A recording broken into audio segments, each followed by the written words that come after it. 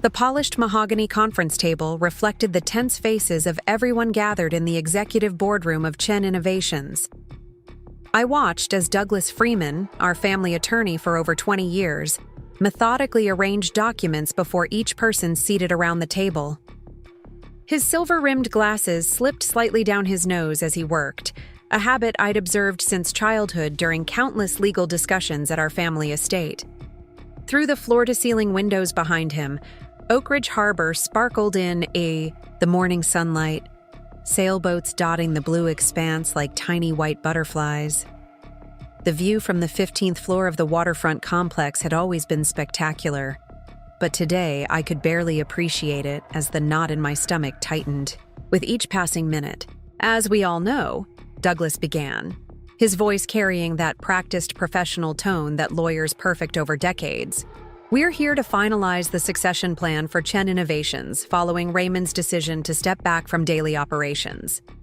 He nodded respectfully toward my father, who sat at the head of the table, his once commanding presence diminished by the stroke he'd suffered 4 months ago. According to the documents prepared last month, Douglas continued, leadership of the company, along with controlling interest of all patents, manufacturing facilities, and international partnerships, will transfer to Vanessa Chen Powell, effective immediately. My sister Vanessa sat across from me, perfectly poised in a tailored navy suit, not a strand of her sleek black hair out of place. The slight upturn at the corner of her mouth wasn't quite a smile. She was too careful for that.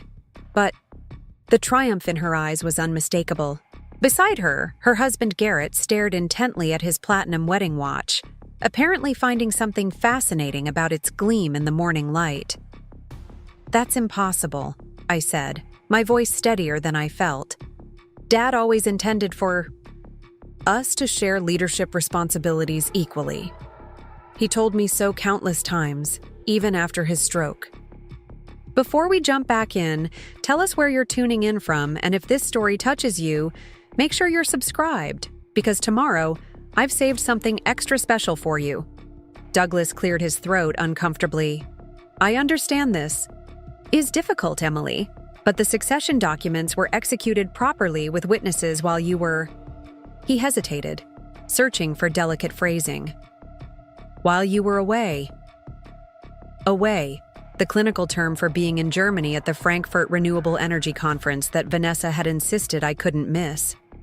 The once-in-a-lifetime opportunity she'd helped arrange by connecting me with Garrett's European contacts. The convenient timing that kept me trapped in meetings in Frankfurt while our father suffered a setback in his recovery, and Vanessa apparently convinced him to change the succession plan on his hospital bed. May I see the documents? I asked, extending my hand. My arm trembled slightly, but I refused to let them see how deeply this cut. Douglas passed me the paperwork. It looked official enough. Legal language, notary stamps, witness signatures. My father's signature at the bottom, shaky but recognizable, dated just 3 days after I'd left for Germany. I'm sorry, Emily, Vanessa said, her voice a masterpiece of practiced sympathy. Dad was concerned about the company's stability during this transition. I've been overseeing operations since his stroke while you've been focused on your research. Division. He just wanted to ensure a smooth handover without conflicting leadership. I looked up from the documents to meet her eyes. The sister I'd shared a bedroom with for 16 years. The sister whose graduate school tuition I'd helped supplement when Dad's first expansion nearly bankrupted the company. The sister who had drifted away after marrying Garrett, becoming increasingly competitive and secretive about company matters. A smooth handover, I repeated. How thoughtful. Douglas shuffled more papers, clearly uncomfortable with the tension. There are certain areas that your father specifically wanted you to maintain control over. Your research division developing the Phoenix microgrid system, the University Partnerships Program, and the Chen Family Foundation's charitable initiatives. The Phoenix Project, my passion for the past 3 years, represented perhaps 5% of Chen Innovations' overall value. The charitable foundation was essentially a community relations instrument. These were the consolation prizes in a $250 million enterprise that our grandfather had started in his garage 40 years ago, that our father had expanded into a renewable energy powerhouse, and that I had helped modernize with breakthrough battery technology developed during my 7 years leading the research division. "Well," I said carefully, refolding the documents and placing them on the table, "it seems everything is in order then." Vanessa's shoulders relaxed slightly. She'd been expecting a fight, screaming, threats of lawsuits, the emotional outburst of a wronged sibling. Instead, I gathered my leather portfolio from where it rested against my chair and rose carefully to my feet. "Emily," Douglas called as I reached the door. "For what it's worth, I advised your father against this distribution. I suggested a more equitable arrangement." I paused, my hand on the doorknob. "But you still drew up the paperwork." He had the decency to look ashamed. "It's my job to execute my client's wishes regardless of my personal opinions." "Yes," I said. "We all make choices, don't we?" Outside, the California sunshine carried the faint scent of salt and harbor waters. I leaned against the railing of the building's observation deck, taking a moment to compose myself. The anger and disbelief churning inside me made my head pound, but I wouldn't give Vanessa the satisfaction of seeing me break down. I slid into the back seat of my waiting rideshare, giving the driver my address in the arts district where my loft apartment waited, purchased with my own money from my research bonuses, the place where I'd developed the initial concepts for innovations that had doubled Chen Innovations' valuation over the past decade. As the car pulled away from the Waterfront Complex, I didn't look back at the gleaming glass building where my family legacy had just been stolen from me. Instead, I pulled out my phone and dialed a number I'd been reluctant to call until now. Sophia Martinez answered with a crisp, professional greeting. "Sophia, this is Emily Chen. We need to meet today if possible." "I've been expecting your call," she replied, her voice betraying no surprise. "The lighthouse 1 hour. I'll reserve the private dining room." I ended the call, watching the familiar streets of Oakridge Harbor slide past my window. The coastal city where the Chen name had meant something for 4 decades. My grandfather Walter had started with a single revolutionary idea after emigrating from Taiwan in the 1970s. That solar energy storage could be more efficient, more stable, and eventually more affordable than anyone believed possible. My father had expanded that vision, securing the patents and manufacturing partnerships that transformed Chen Innovations into a global leader in renewable energy solutions over the past 20 years. And now it all belonged to Vanessa, who had spent more time cultivating relationships with investors than understanding the technology that made our company revolutionary. What my sister didn't know, what she couldn't know, was that I had been suspicious long before today's meeting. The Cedar Lake cottage she thought was such a worthless piece of property held secrets she couldn't begin to imagine. And I had spent my 2 weeks in Germany preparing for exactly this moment. By the time my rideshare reached the lighthouse, Oakridge Harbor's most discreet restaurant for conversations best held away from prying eyes, I had managed to bank my anger into something cooler and more focused. I checked my reflection in my compact mirror, still composed, professional, determined. The shadows under my eyes from sleepless nights worrying about Dad's health were the only visible sign of the stress I'd been under. Sophia was already waiting, in the private dining room, a glass of sparkling water with lime in front of her. At 42, she had the sharp, observant eyes of someone who had spent decades uncovering people's secrets. Her close-cropped dark hair and simple charcoal pantsuit gave her an unassuming appearance, exactly what made her one of the West Coast's most effective private investigators. "You look better than I expected," she said as I slid into the booth. Across from her. "Amazing what learning you've been disinherited will do for your motivation," I replied dryly. The server appeared, and I ordered an espresso. Only when he had retreated did Sophia pull a slim file folder from her leather briefcase. So they went through with it, she said. The new succession plan. You sound unsurprised. After what? I found very little about your sister and brother-in-law would surprise me. She tapped the folder with one manicured nail. Preparing and narrating this story took us a lot of time, so if you are enjoying it, subscribe to our channel.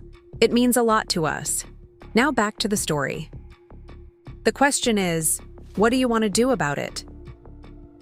I took a deep breath. Tell me everything you found. Start from the beginning. Sophia opened the folder, revealing neat stacks of documents, photographs, and transcripts. Vanessa and Garrett. Powell have been systematically diverting research funding from Chen Innovations for approximately 18 months, she began. Small amounts at first, disguised as consulting fees to shell companies they control. After your mother died last year, the amounts increased significantly.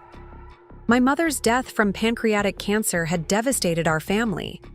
While I had postponed launching the Phoenix Project to help care for her in her final months, Vanessa had been notably absent, always citing work commitments at Chen Innovations.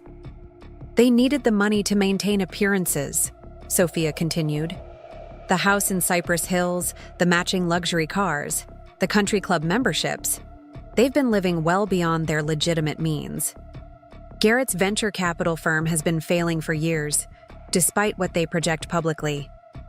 The server delivered my espresso, and I took a sip of the bitter liquid, welcoming the jolt of clarity it provided. But the financial manipulation was just the beginning, Sophia said, her voice lowering.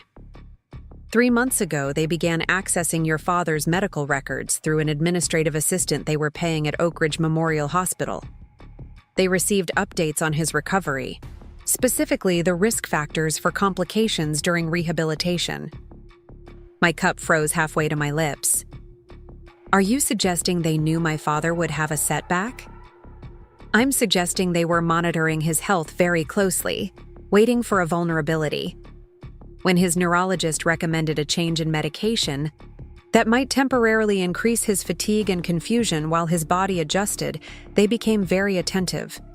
The implication hung in the air between us. I set down my cup carefully, afraid I might shatter it in my grip. And my trip to Germany, the timing was remarkably convenient. Sophia met my eyes directly. The Frankfurt conference was legitimate, but Vanessa specifically arranged for you to be offered that keynote speaking engagement through Garrett's contacts. They ensured you'd be out of the country during a critical window. The world seemed to tilt slightly on its axis. I had suspected Vanessa had manipulated our father's succession plan while I was away. I had even considered that she might have been diverting company resources, but orchestrating events so precisely, potentially taking advantage of our father's medical vulnerability through the stress of a hasty succession signing. Do you have proof? Something that would stand up legally? Sophia nodded. The administrative assistant who was feeding them your father's medical information has agreed to provide a statement in exchange for immunity. She also witnessed something interesting the day your father allegedly signed the new succession documents. What? Your father was heavily medicated following what they described as a minor setback in his recovery. According to her statement, he was disoriented and exhausted. Certainly not of sound mind to be executing complex legal documents. She observed Vanessa guiding his hand to sign the papers.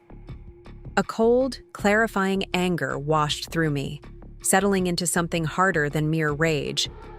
This wasn't just about control of the company anymore. This was about justice.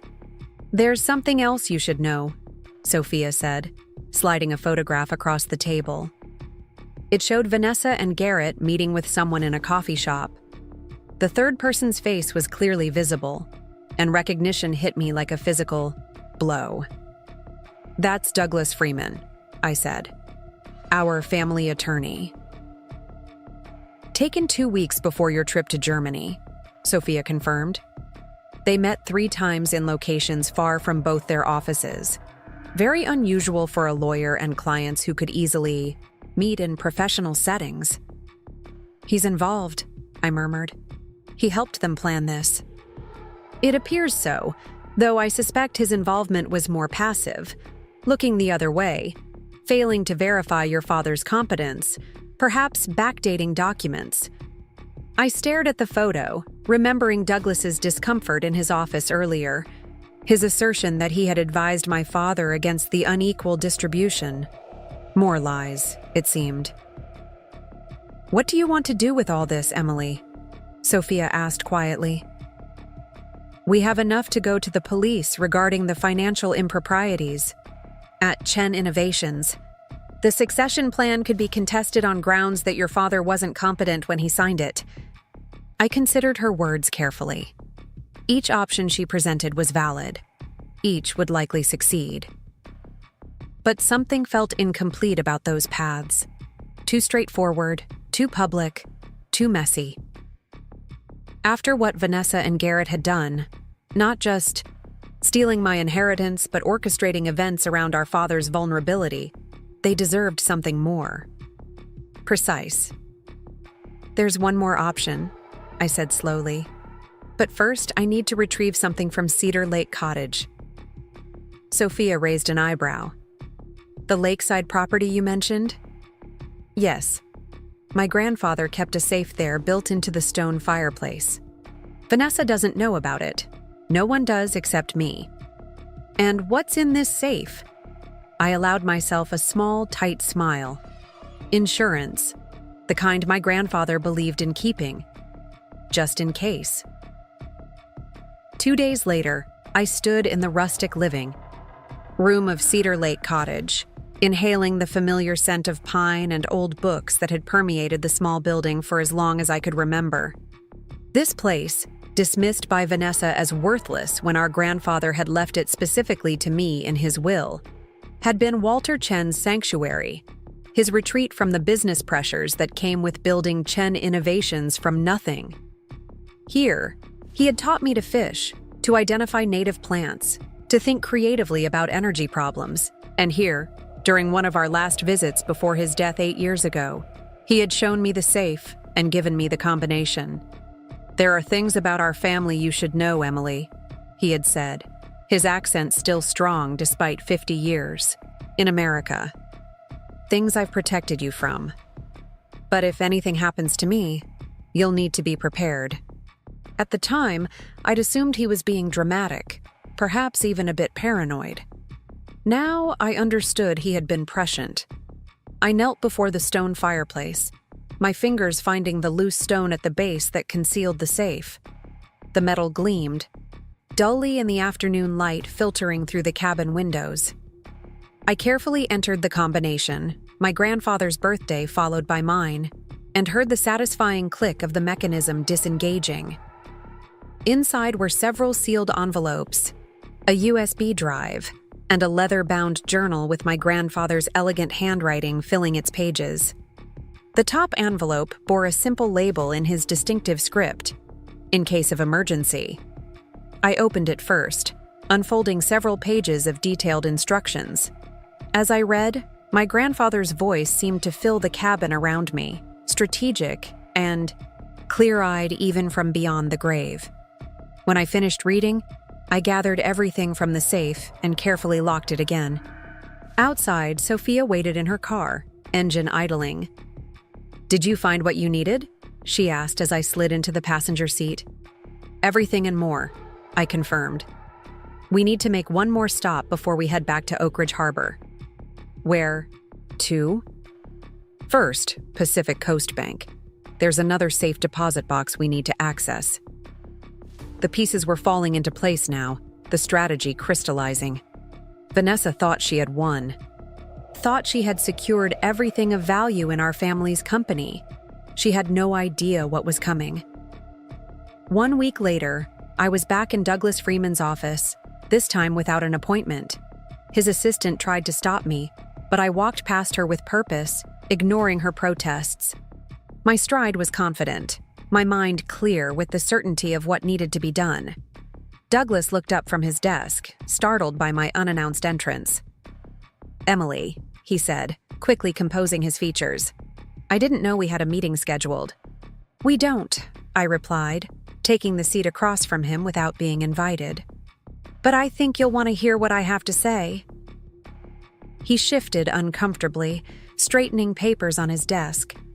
"If this is about your father's succession plan, I understand your disappointment, but legally—" "This isn't about that succession plan," I interrupted. "It's about the real one." His hand froze mid-motion. "I don't understand." I reached into my portfolio and withdrew a sealed envelope, placing it carefully on his desk. "This is a copy of my father's actual succession plan, properly executed, and notarized 6 months ago.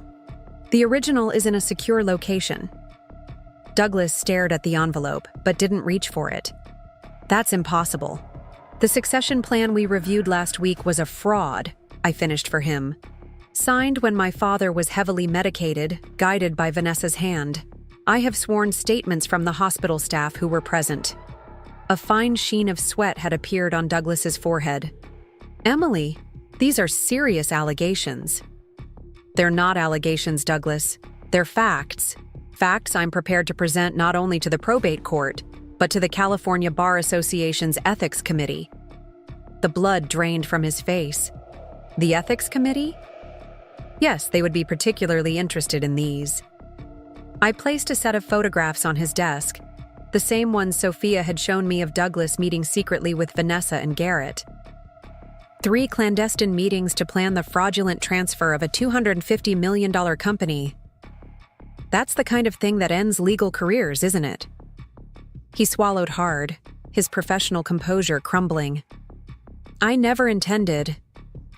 "They said your father had changed his mind, wanted to unify leadership under Vanessa's management. And you believed them despite 30 years of knowing my father? Despite drawing up his previous succession plan just 6 months earlier, where he divided leadership responsibilities equally between Vanessa and me?"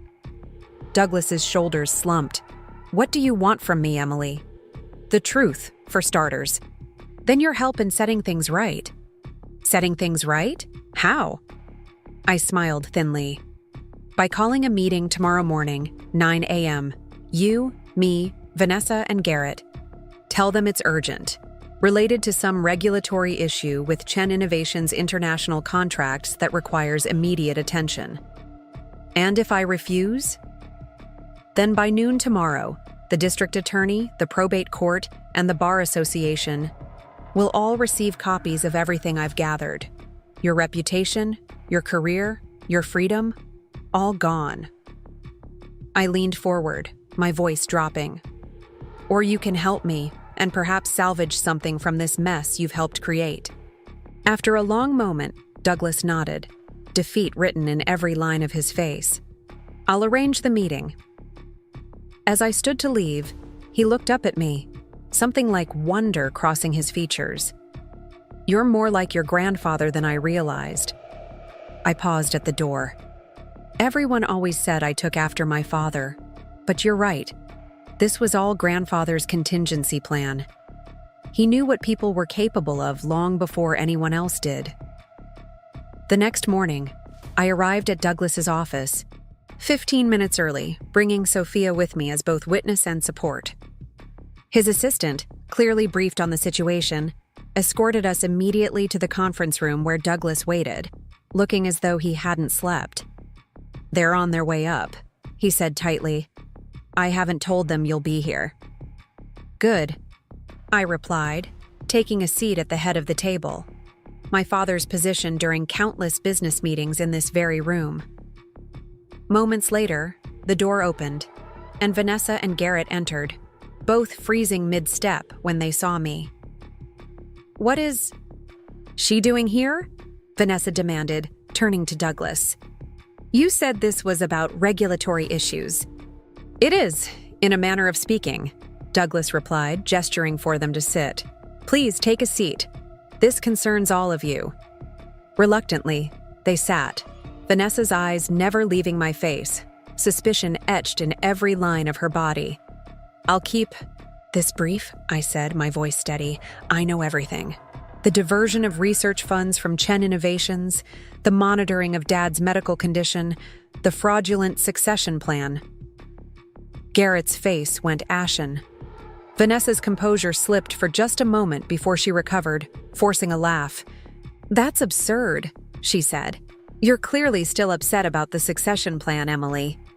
I continued as if she hadn't spoken. "I have proof of all of it. Financial records, witness statements from the hospital staff, and documentation of the funds flowing into your shell companies." I slid copies of each document across the table as I listed them. Garrett reached for one, but Vanessa slapped his hand away. "This is a pathetic attempt to contest a valid succession plan because you're jealous," she snapped. "No court will take this seriously." "That's where you're wrong," Sophia interjected, speaking for the first time. "The evidence is solid. The prosecutor I consulted estimates fraud charges alone would carry 5 to 7 years. Add conspiracy and elder abuse, and we're looking at over a decade." "This is ridiculous," Garrett muttered, though his voice lacked conviction. I leaned forward, meeting my sister's gaze directly. "Here's what's going to happen.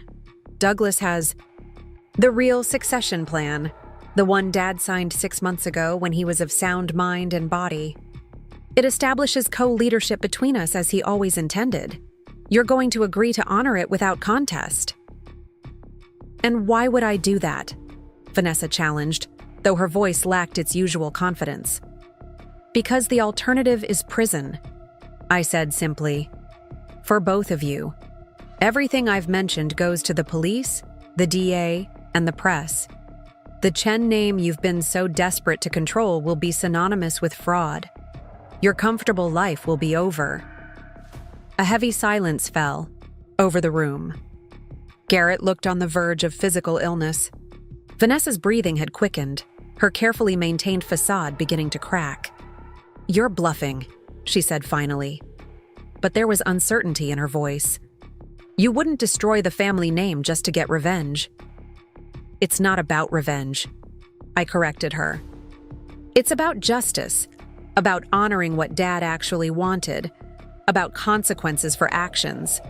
I paused. "And you're wrong. I absolutely would follow through. The real question is, are you willing to risk everything to find out?" Vanessa and Garrett exchanged a look, some unspoken communication passing between them. Finally, Vanessa turned back to me. "What exactly are you proposing?" "The company leadership divided as per the original succession plan. You return every penny you diverted from the company. We establish a proper oversight structure for Chen Innovations with both of us having equal say, but neither having unilateral control. And in return, this evidence never sees the light of day. You avoid prison, maintain your social standing, keep half of what you tried to steal completely." Douglas cleared his throat. "As your legal counsel, both of your counsel, I strongly advise accepting these terms. They are extraordinarily generous under the circumstances." Vanessa's eyes narrowed as she studied my face, perhaps trying to discern if I was serious, if I would really follow through on my threats. Whatever she saw there must have convinced her, because after a long moment she gave a curt nod. "Fine, draw up the papers." As Douglas began outlining the next steps, the legal processes required to invalidate the fraudulent succession plan and reinstate the legitimate one, I observed my sister.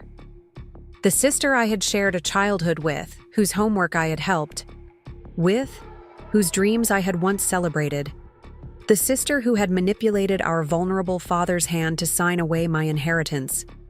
I felt no satisfaction in her defeat, no joy in her humiliation, only a profound sadness for what might have been, and a quiet resolve to rebuild what she had nearly destroyed.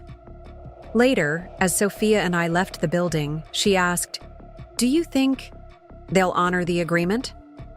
"They don't have a choice," I replied. "Vanessa values her freedom and social position above all else. And I made copies of everything in grandfather's safe. If they try anything again, the consequences will be immediate and irreversible." Sophia nodded approvingly.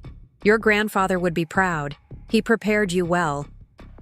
I thought of the journal I'd found in the safe, filled with my grandfather's observations and contingency plans. how he had documented concerning behaviors over the years, how he had quietly gathered evidence, created backups, established the very safeguards that had saved me. Yes, I agreed softly. He did. But there was one more piece to this puzzle that I hadn't revealed yet, not even to Sophia. In the safe deposit box at Pacific Coast Bank, along with additional evidence my grandfather had preserved, there had been another envelope. This one addressed specifically to me, to be opened only after the succession issue was resolved. Inside was a single document, the original patent for the breakthrough technology that had launched Chen Innovations, with my grandmother's name listed as co-inventor. A fact that had been erased from the company's official history years ago. Along with it was a note in my grandfather's handwriting. The true legacy of Chen Innovations has always been about more than money or power. It's about vision, seeing what others cannot see, both in technology and in people. Your grandmother saw the solution that made our first battery design work when everyone else had given up. I see that same vision in you, Emily. Sometimes the most important innovation is recognizing what others have tried to hide. Trust your instincts. They have never failed you. As my rideshare reached my apartment building, I felt a profound sense of alignment. The journey that had begun with betrayal and loss had led through difficulty and struggle to a place of strength and clarity. The company would survive under the shared leadership structure my father had originally intended. The values my grandfather had established would be honored. And I had found my own place within the family legacy, not as Raymond Chen's daughter or Walter Chen's granddaughter, but as Emily Chen, a leader and innovator in my own right. The inheritance I had fought for had proven to be more than money or a company. It was purpose, resilience, and the wisdom to recognize what truly mattered. And that was something no one could ever steal. 3 days after my confrontation with Vanessa and Garrett in Douglas's office, I sat in my apartment surrounded by financial records and technical documentation. The evening sun cast long shadows across my living room floor as I compared the shell company transactions Sophia had uncovered with Chen Innovations' quarterly reports. Each discrepancy I found only deepened my understanding of how methodically my sister and her husband had been siphoning resources from our family company. My phone buzzed with a text from Dr. Olivia Blackwell, my mentor from graduate school, and now a trusted advisor. "How are you holding up? We still on for dinner?" I replied affirmatively, grateful for the support.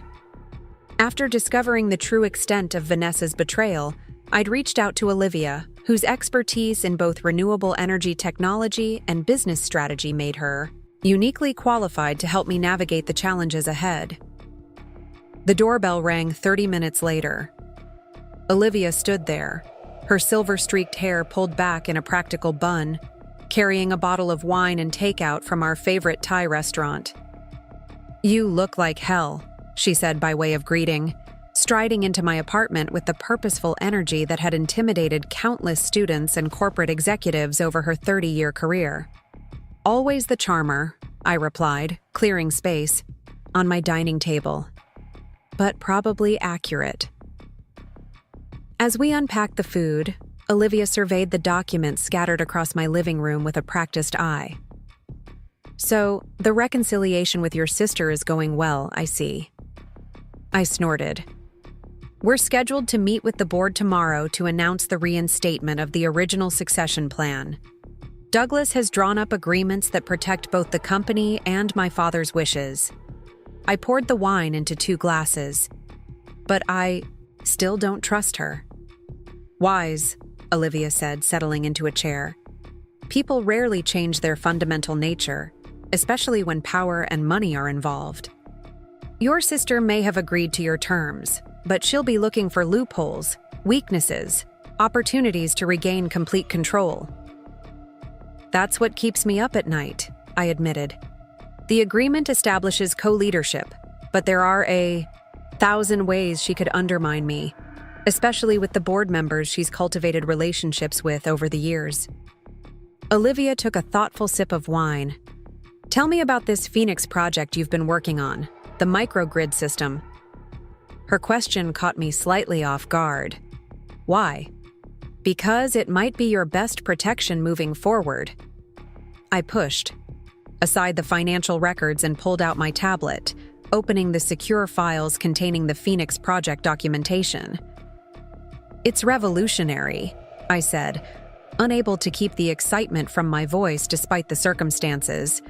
A completely self-contained, renewable energy system that can power everything from a single home to an entire community. Solar, wind, and kinetic energy captured and stored using our new compound that's twice as efficient as anything currently on the market.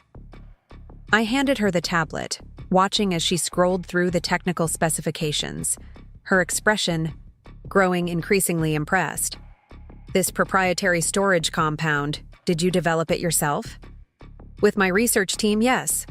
It builds on grandfather's original patents, but incorporates elements that overcome the efficiency barriers that have limited sustainable energy adoption in developing regions. And what's the market potential? Conservative estimates put it at $3 billion annually within 5 years. It solves the intermittency problem that's plagued renewable energy since the beginning. No more dependency on weather conditions or daylight hours. Olivia handed the tablet back to me. Now I understand why your grandfather left you that cottage. What do you mean?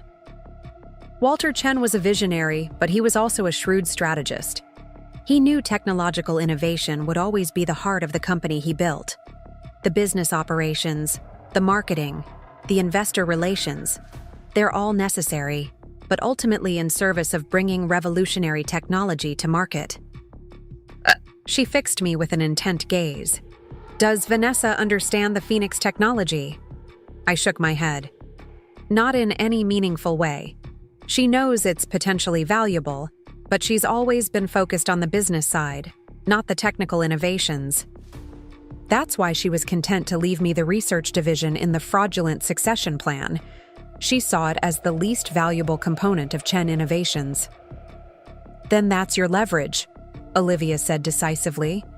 Your sister may have relationships with the board and investors, but without groundbreaking technology, Chen Innovations becomes just another energy company.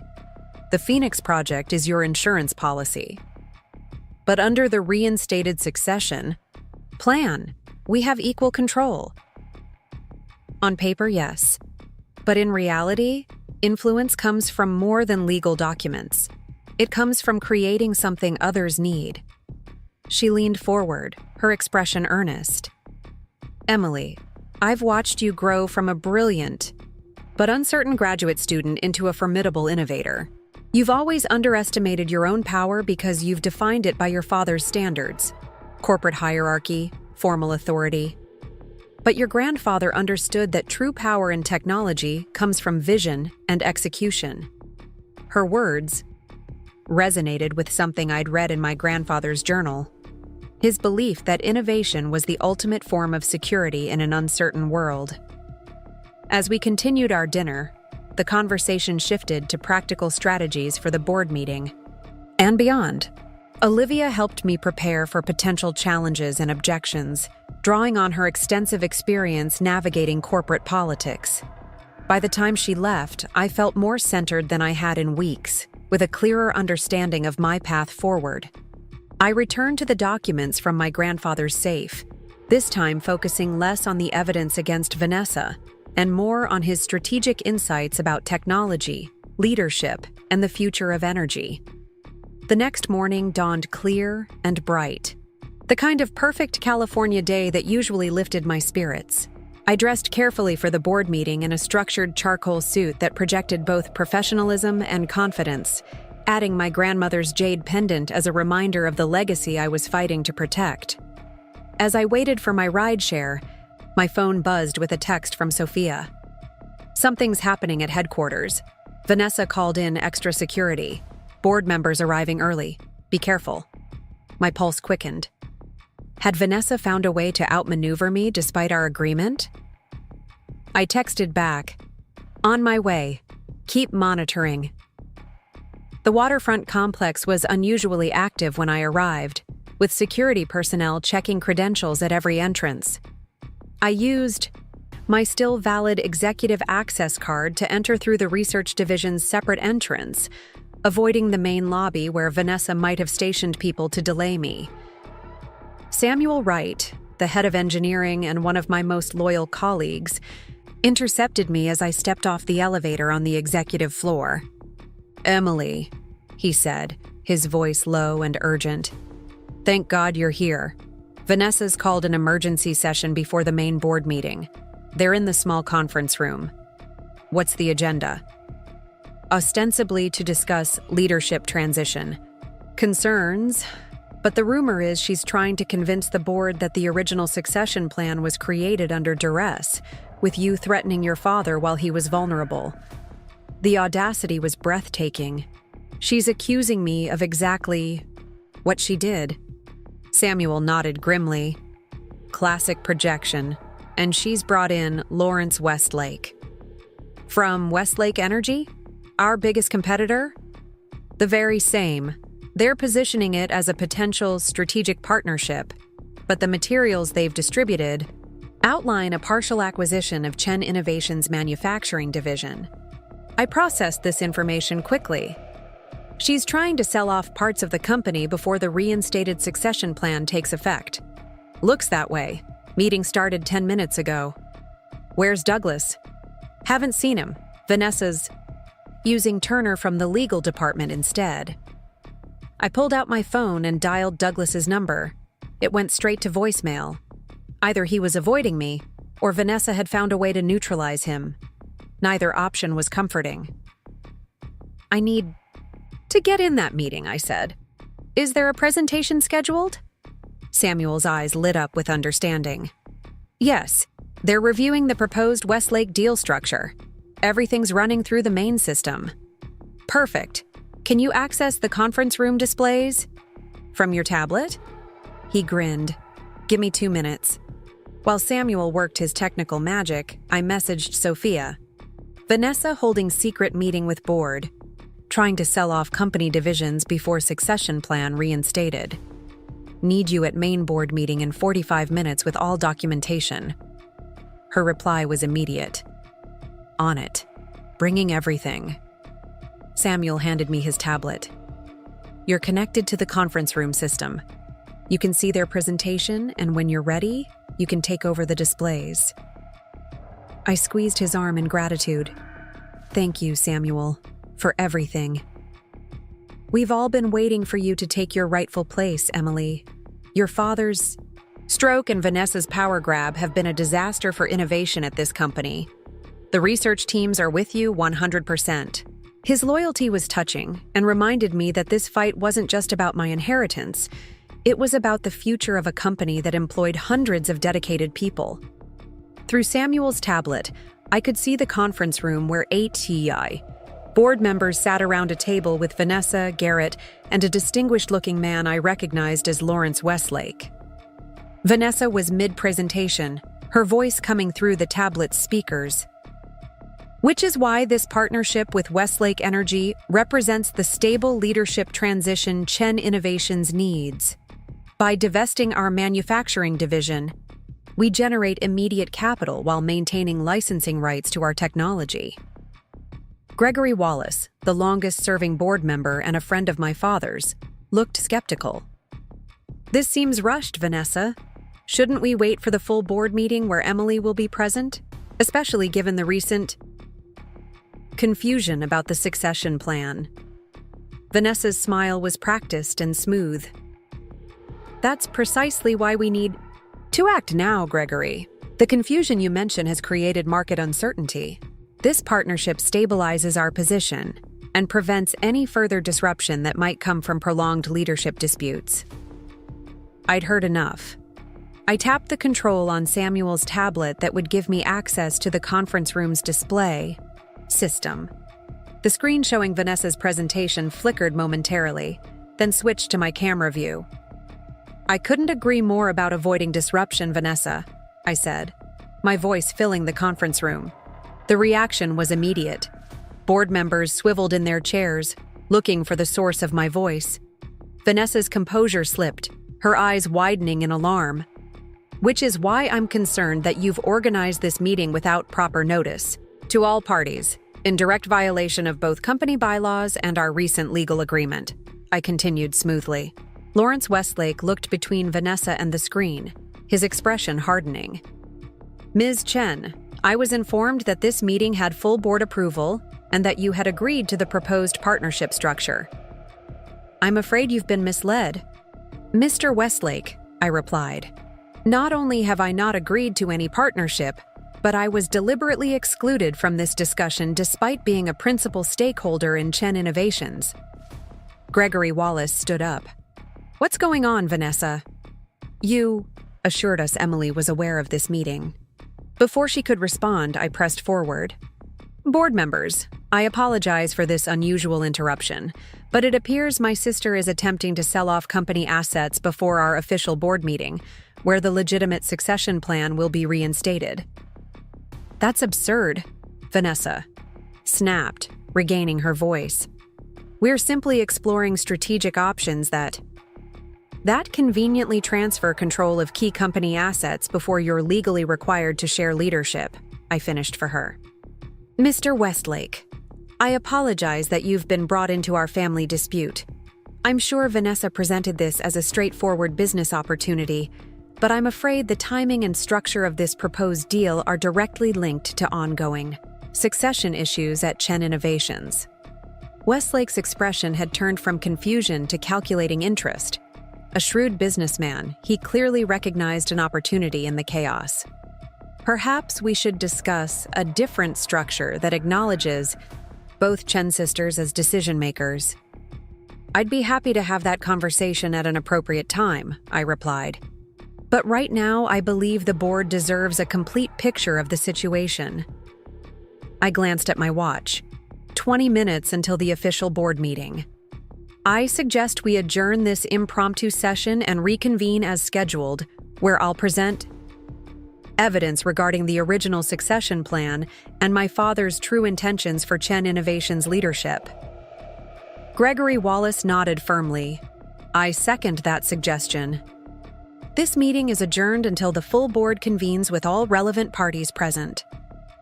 As board members began gathering their materials, Vanessa leaned toward her microphone, desperation edging into her voice.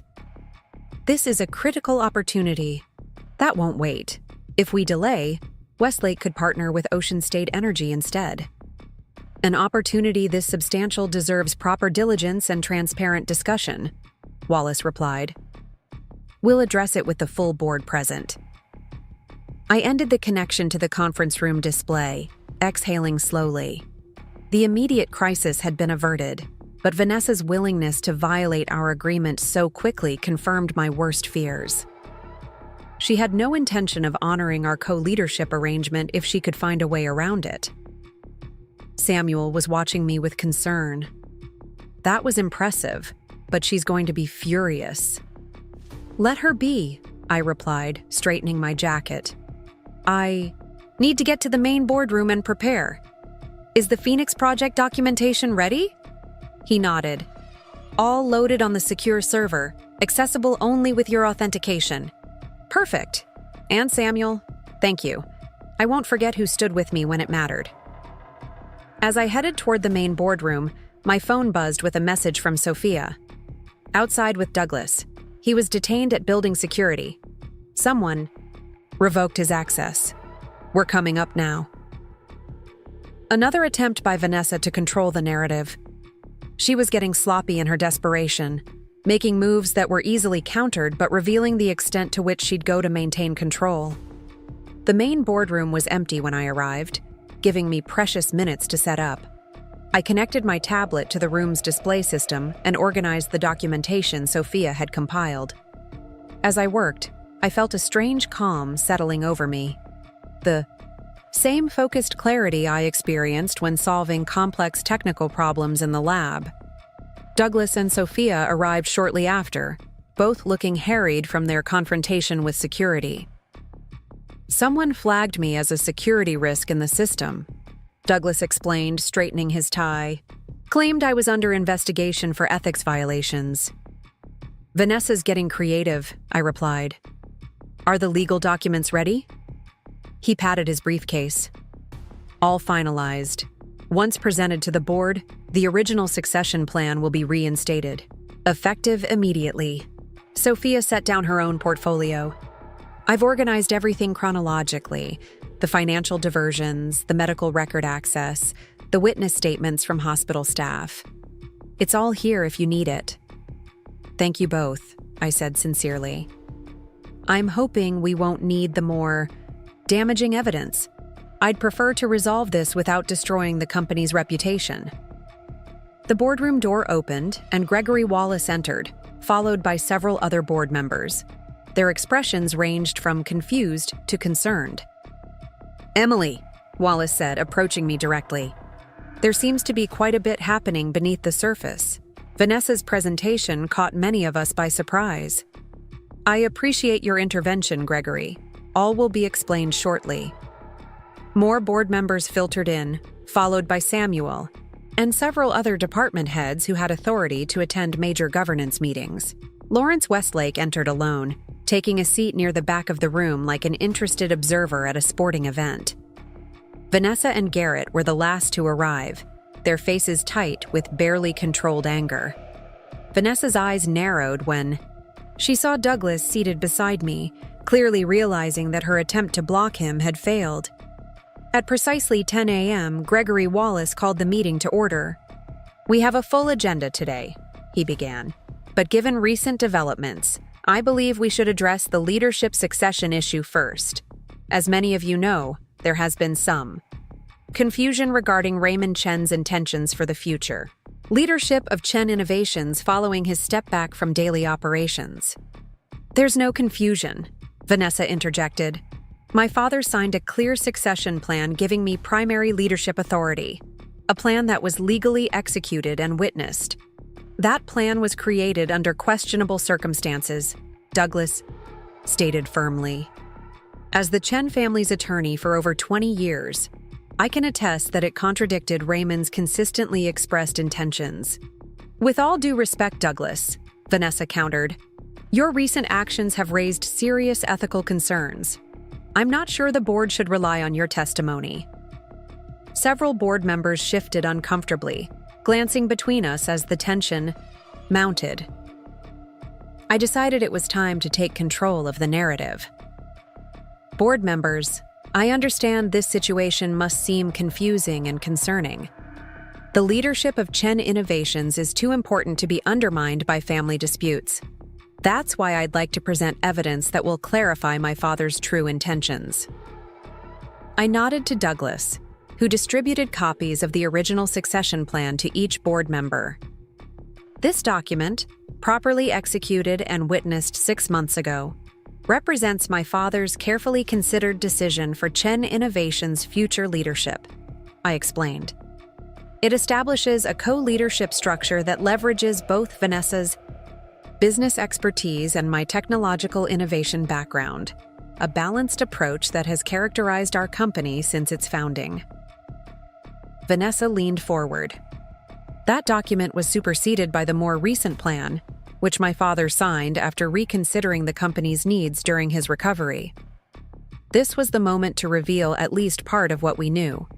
I nodded to Sophia, who distributed a much thinner document to each board member. This is a signed statement from Nurse Rebecca Collins, who was present on April 17th when my father allegedly signed the newer succession plan, I said, keeping my voice neutral and factual.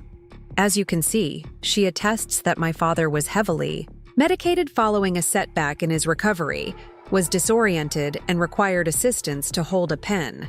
She specifically observed Vanessa guiding his hand to sign documents he could not possibly have understood in his condition. The room fell silent as board members read the statement.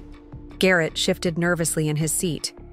Vanessa's expression hardened. This is a desperate fabrication, she declared, but her voice lacked conviction. Gregory Wallace looked up from the nurse's statement, his expression grave. These are serious allegations, Vanessa. If accurate, they suggest the recent succession plan was executed fraudulently. Furthermore, Douglas added. The timing of this alleged new plan, created while Emily was conveniently overseas at a conference Vanessa helped arrange, raises additional concerns about its legitimacy. Lawrence Westlake, who had been observing silently, finally spoke up. As an interested third party, I must say this casts the partnership proposal in a very different light. Westlake Energy cannot enter into agreements with organizations experiencing such fundamental governance issues. Exactly as I'd hoped, Westlake was now distancing himself from the questionable deal Vanessa had tried to rush through. His business instincts would prevent him from aligning with what increasingly appeared to be the losing side of a power struggle. Board members, I said, reclaiming their attention. I don't take any pleasure in revealing these uncomfortable truths. My sister and I both care deeply about Chen Innovations' future. The question is how best to secure that future while honoring our father's legitimate wishes. I displayed the original succession plan on the room's main screen. This plan doesn't exclude Vanessa from leadership. It creates a balanced structure where her business acumen and my technological expertise work in concert, just as our father and grandfather always envisioned. Several board members were nodding, seeing the wisdom in this approach. Others still looked troubled by the family conflict playing out before them. Vanessa, sensing the room turning against her, played her final card. Even if we accept this outdated plan, which I don't, it doesn't address the immediate strategic needs of the company. The Westlake partnership would secure our manufacturing capabilities and provide capital for expansion. Actually, I replied, I have an alternative. Proposal that builds on Chen Innovations' core strengths rather than divesting them. I tapped my tablet, bringing up the Phoenix project documentation on the main display. This is Project Phoenix, a revolutionary microgrid system developed by our research division over the past 3 years. As I outlined the technology, its market applications, and projected revenue streams, I could see the board members' expressions shifting from concern about governance disputes to genuine interest in the company's future. Even Westlake leaned forward, his business instincts recognizing a potential game changer. Initial testing shows efficiency rates 43% higher than anything currently on the market, I continued. We've secured preliminary patents on the key components, and we're positioned to begin production within 6 months, assuming our manufacturing division remains intact and properly resourced. The implication was clear. Selling off the manufacturing division to Westlake would jeopardize our ability to capitalize on this breakthrough technology. Gregory Wallace turned to Vanessa. Were you aware of this project's status and potential? Vanessa hesitated, caught in a difficult position. If she claimed knowledge, she would have to explain why she hadn't mentioned it when proposing to sell the manufacturing division. If she admitted ignorance, she would confirm her disconnection from the company's core innovation activities.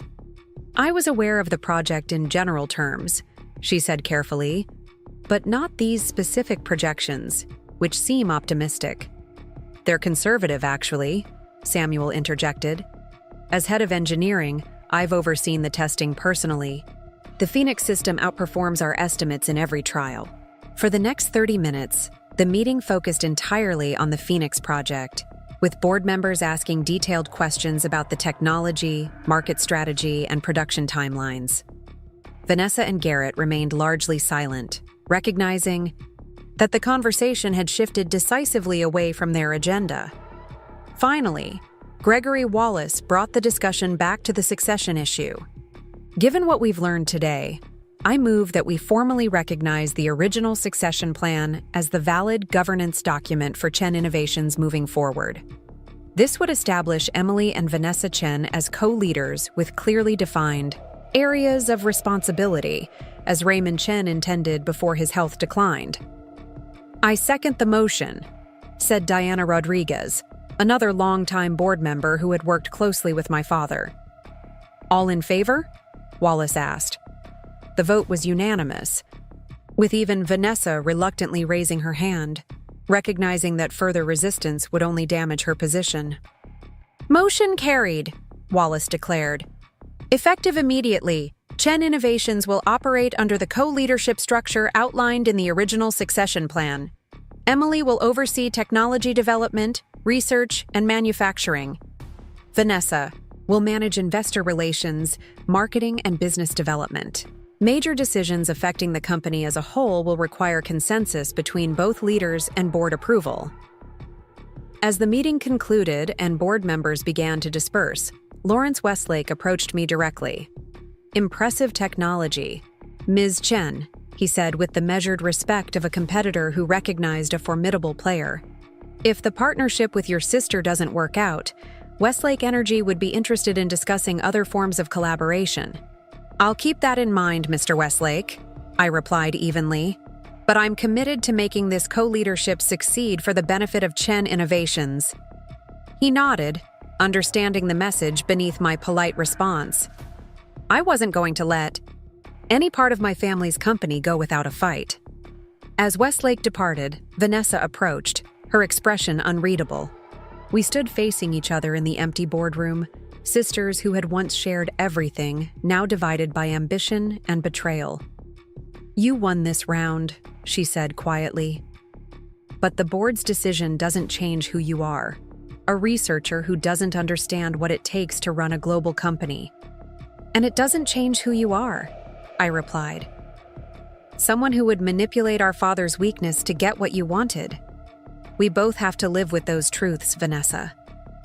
She adjusted her designer watch, a nervous habit from childhood.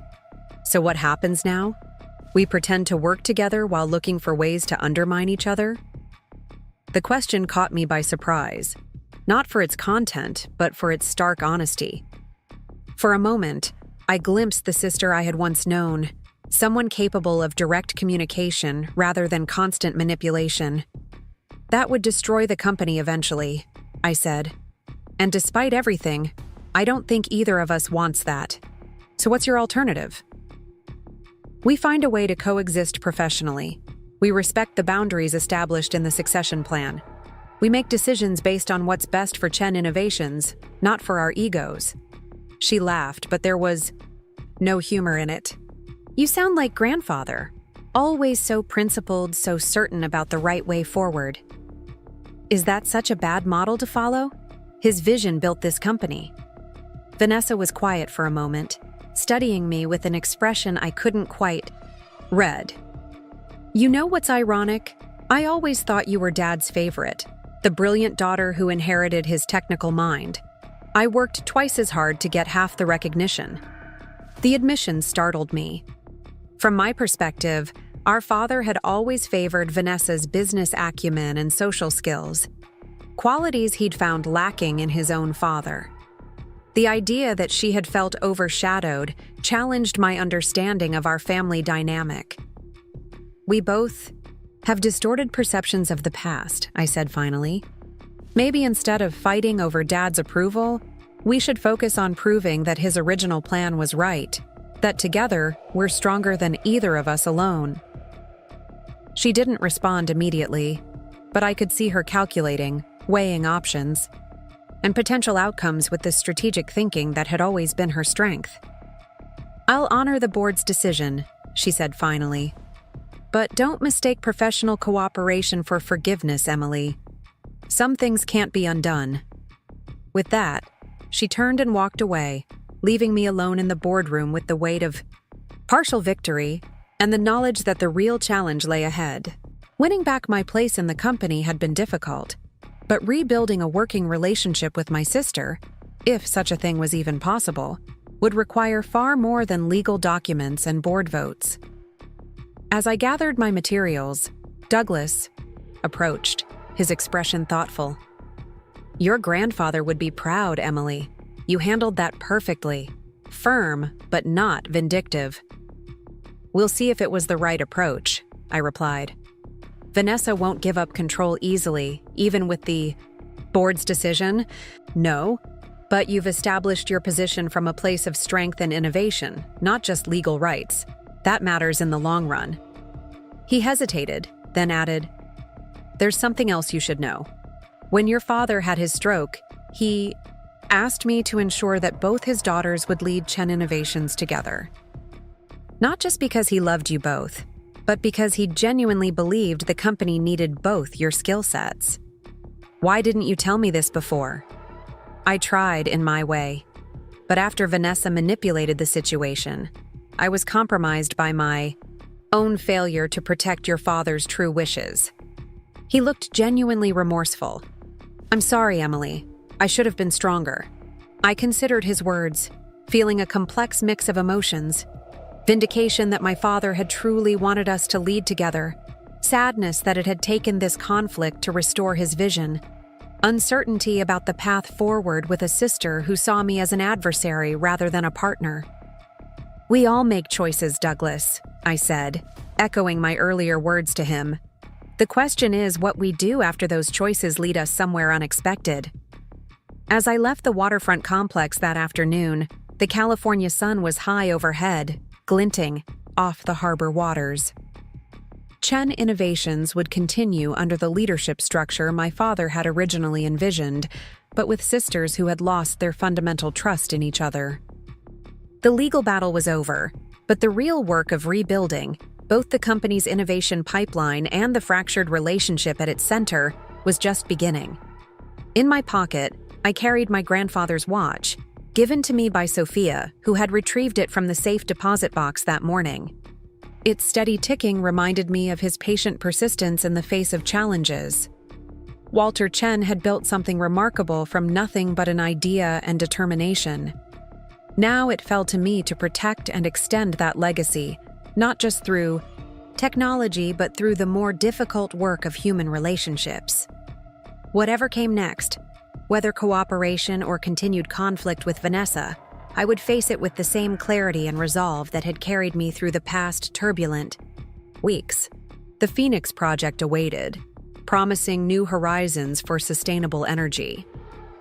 The research teams were eager to accelerate development now that their division's importance had been reaffirmed.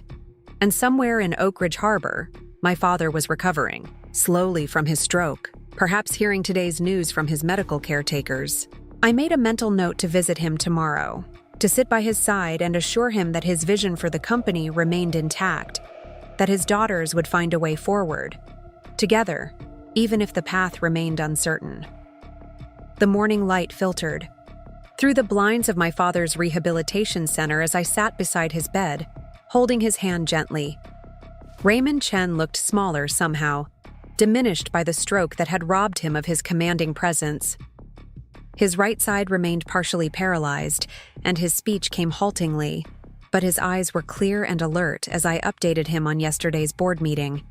So, the original succession plan has been reinstated, I finished, watching his face for a reaction. Vanessa and I will lead Chen Innovations together, just as you intended.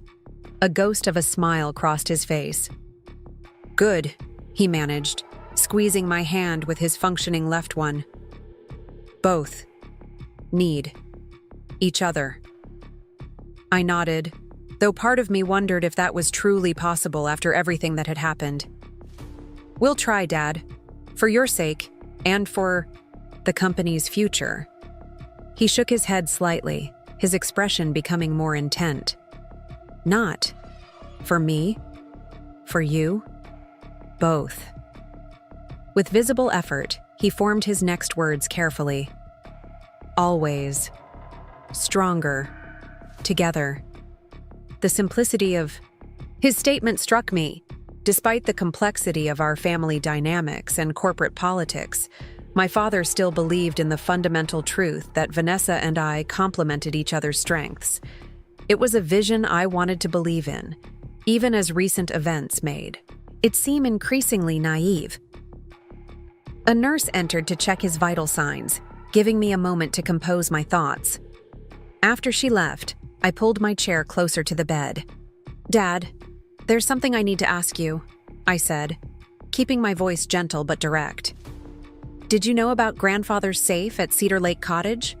About the documents he kept there? His eyes widened slightly, then he nodded. Mother's patent. So he had known about my grandmother's contribution to the founding technology, the fact that had been erased from the company's official history. Why wasn't she ever acknowledged publicly?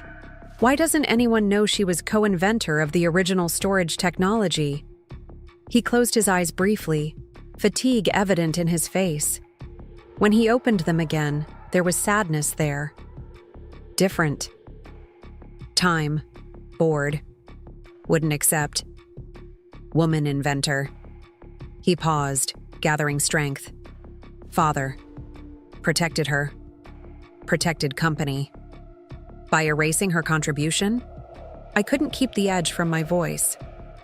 By crediting her, privately, full share, profits. He looked at me intently. Not right, but survival. I absorbed this information, understanding for the first time the compromise my grandparents had made, maintaining a public fiction that Walter Chen had been the sole inventor while ensuring Elizabeth Chen received equal financial benefit. It was an uncomfortable truth about the realities of business in the 1980s, especially for immigrant entrepreneurs trying to secure funding and credibility. Is that why you always insisted I pursue my technical education even when industry conferences were dominated by men? I asked, pieces falling into place. Because of grandmother? He nodded, a more definitive movement this time. Her brilliance in you. The conversation exhausted him, and soon he drifted into sleep, still holding my hand. I sat there, watching his chest rise and fall, reconciling the father I'd always known, demanding, perfectionistic, occasionally distant, with this new understanding of his motivations. He had recognized my grandmother's scientific mind in me and had been determined that my generation would not have to hide that brilliance. It was nearly noon when I left the rehabilitation center, my mind filled with new perspectives on my family's history. As I walked through the parking lot, my phone buzzed with a text from Samuel Wright. Emergency at the lab. Phoenix prototype showing power fluctuations during extended testing. Need you here, ASAP. I drove directly to the research facility, on the outskirts of Oakridge Harbor, a sprawling complex of laboratories and testing facilities that housed Chen Innovations' most cutting-edge projects. The security guard waved me through, his concerned expression suggesting news of the Phoenix issues had already spread. Samuel met me at the entrance to Testing Lab 3, his normally calm demeanor replaced by barely contained anxiety. We started the extended duration test at 0600 hours, he explained as we hurried through the corridor. Everything performed perfectly for the first 4 hours. Then the storage cells began showing temperature increases outside acceptable parameters. How significant? I asked, already mentally reviewing the Phoenix system's thermal regulation. Components. 12 degrees above maximum safety threshold in cells 3 and 7. We shut down the test before any cascade effects could develop, but it's concerning. This type of fluctuation didn't appear in any of our previous testing phases. We entered the lab where a team of engineers huddled around diagnostic equipment attached to the Phoenix prototype. A sleek arrangement of solar collection panels, advanced battery storage units, and the proprietary control systems that made our microgrid technology unique. The lead technician, Maya Patel, looked up as we approached, relief evident on her face. Dr. Chen, I think we've isolated the issue to the interface between the new storage compound and the regulation circuitry, she said, pulling up thermal imaging data on a nearby monitor. It looks like a delayed reaction in the molecular structure when exposed to continuous high-capacity power flow. I studied the data, immediately spotting the pattern. This didn't show up in our earlier tests because we never ran the system at maximum capacity for more than 3 hours. The molecular degradation only begins after sustained operation. For the next several hours, I worked alongside the team, disassembling components, running diagnostics, and developing potential solutions. This kind of hands-on problem-solving had always been my sanctuary, a realm where challenges had clear parameters and solutions could be found through methodical analysis and creative thinking. If we modify the thermal regulation system to Cycle more frequently during extended operation. We might be able to prevent the compound from reaching the temperature threshold where degradation begins, I suggested, sketching a redesigned component on the digital whiteboard. Samuel shook his head. That would reduce overall efficiency by at least 5%, maybe more. The market advantage of Phoenix is its superior efficiency compared to existing systems. What about altering the compound formula? Maya suggested. Adding a stabilizing agent to prevent the molecular breakdown at sustained high temperatures? Possible, I agreed, but that would require significant retesting and might delay production timelines. As we debated potential approaches, my phone rang, Vanessa calling. I briefly considered letting it go to voicemail, but our new co-leadership arrangement demanded at least a pretense of cooperation. Emily, she said when I answered, not bothering with pleasantries. Why are you not at the investor meeting? We have representatives from 3 major funds waiting in the conference room. I closed my eyes briefly, remembering the meeting that had been scheduled before yesterday's boardroom confrontation. With the Phoenix prototype issues, it had completely slipped my mind. We have a critical situation with the Phoenix project, I explained. A technical issue that requires immediate attention. Can you handle the investor meeting alone? Her silence conveyed everything about her frustration. The whole point of this meeting was to demonstrate our unified leadership following yesterday's board decision. Your absence sends exactly the wrong message. She was right, and I knew it. However frustrated I might be with Vanessa personally, allowing that to interfere with company operations played directly into the narrative that co-leadership was unworkable. Give me 30 minutes, I said, calculating the minimum time needed to establish a testing protocol for the Phoenix issues. I'll be there. Tell them I was overseeing an urgent development with our next-generation technology. After briefing Samuel and Maya on the testing sequence I wanted implemented, I changed into the spare business attire I kept at the lab and drove to headquarters. The familiar gleaming tower of the Waterfront Complex reflected the afternoon sun as I hurried through the lobby toward the executive elevator. The investor meeting was underway in the main conference room, Vanessa's smooth, confident voice audible as I approached. I paused outside, taking a deep breath and mentally shifting gears from technical problem-solving to the corporate diplomacy that had never been my natural strength. Which brings us to our exciting developments in microgrid technology, Vanessa was saying as I entered. She glanced up, her expression betraying only the slightest hint of relief at my arrival. Perfect timing. Let me introduce my sister and co-CEO, Dr. Emily Chen, who heads our research and technology divisions. She's just come from overseeing progress on our revolutionary Phoenix project. I slipped into the presentation seamlessly, greeting the assembled investors and launching into an overview of Chen Innovations' technology roadmap. These were the performances that our new arrangement would require. Professional coordination, even when personal tensions simmered beneath the surface. For the next hour, Vanessa and I tag-teamed the investor presentation with surprising effectiveness. Her market analysis and growth projections complemented my technical explanations, creating a comprehensive picture of Chen Innovations' position and potential. The investors responded positively, particularly to our Phoenix project overview, carefully edited to exclude any mention of the current prototype issues. This co-leadership structure seems to be working well, commented Eliza Donovan, managing partner of Meridian Ventures, as the meeting concluded. Complementary expertise, unified vision, exactly what a technology-driven company needs. Vanessa smiled her practiced investor relations smile. My father was quite prescient in establishing this model. Emily and I each bring distinct strengths to the table. The irony of her statement wasn't lost on me, but I maintained my professional demeanor until the investors had departed. Once alone in the conference room, the facade of cooperative leadership dropped away.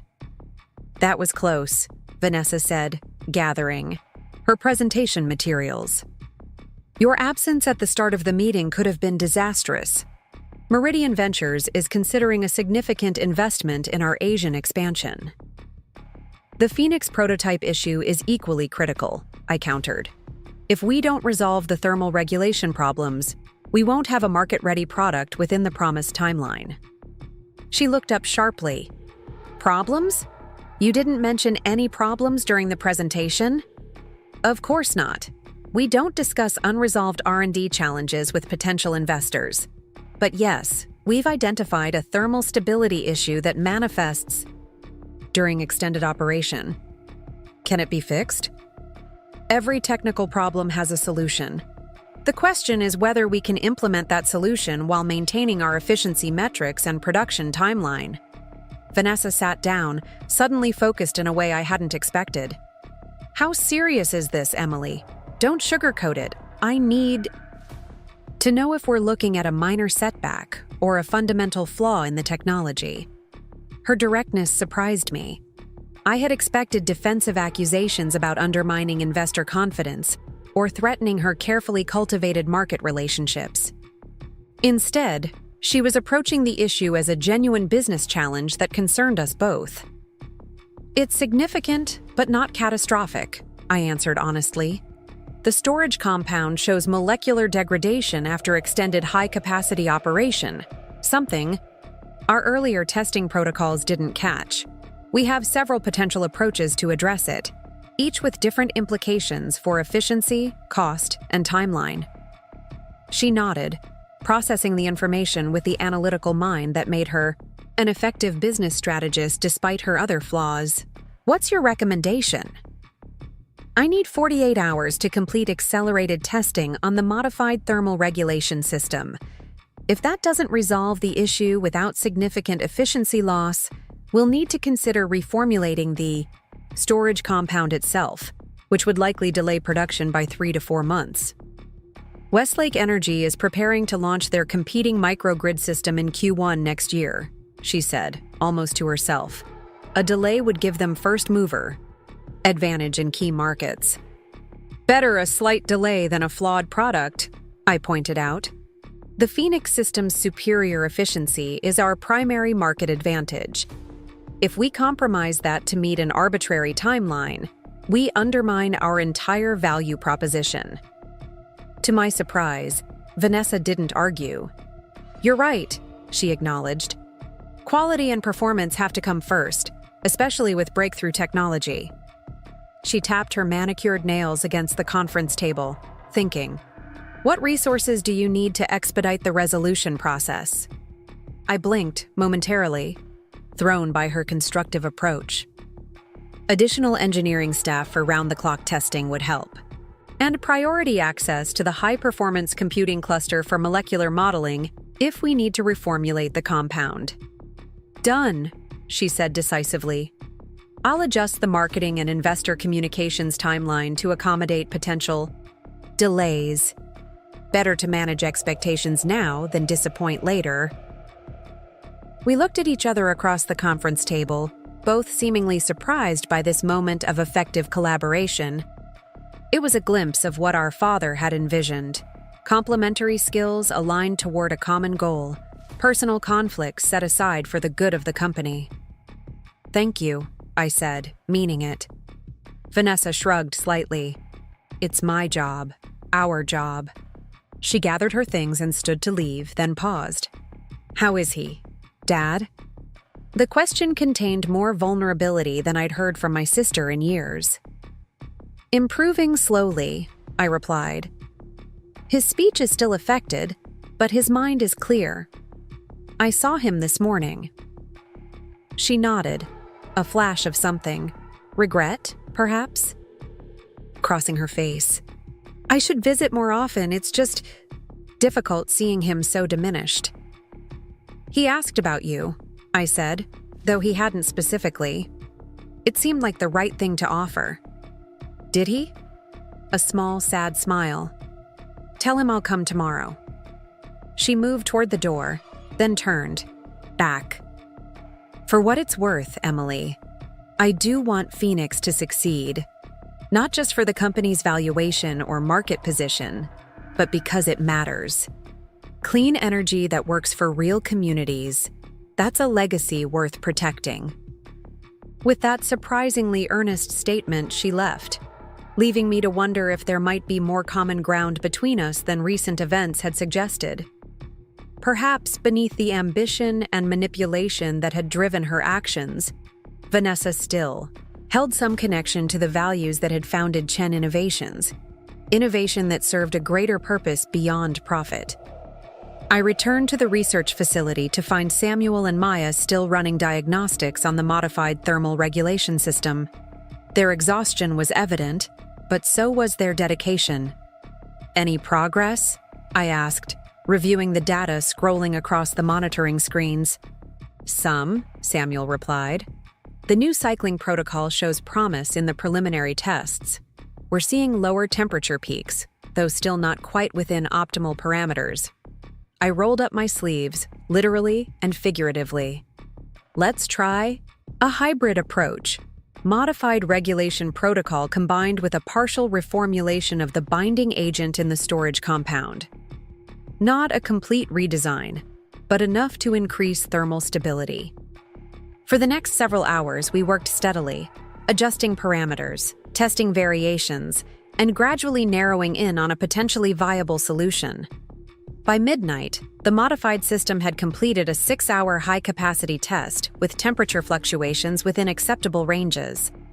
"It's working," Maya said, the weariness in her voice offset by satisfaction. "Efficiency metrics are holding at 92% of original specifications, still well above market alternatives. We need to run a full 24-hour test to be certain," I cautioned, "but this looks promising." As the testing continued through the night, I caught a few hours of sleep on the cot in my office, waking periodically to check progress. By dawn, the results were clear. Our hybrid solution maintained thermal stability throughout extended operation, with only a minimal reduction in overall efficiency. I was reviewing the final test data when my phone buzzed with a text from an unexpected source. Garrett Powell. "Need to meet privately. Information about Vanessa you should know.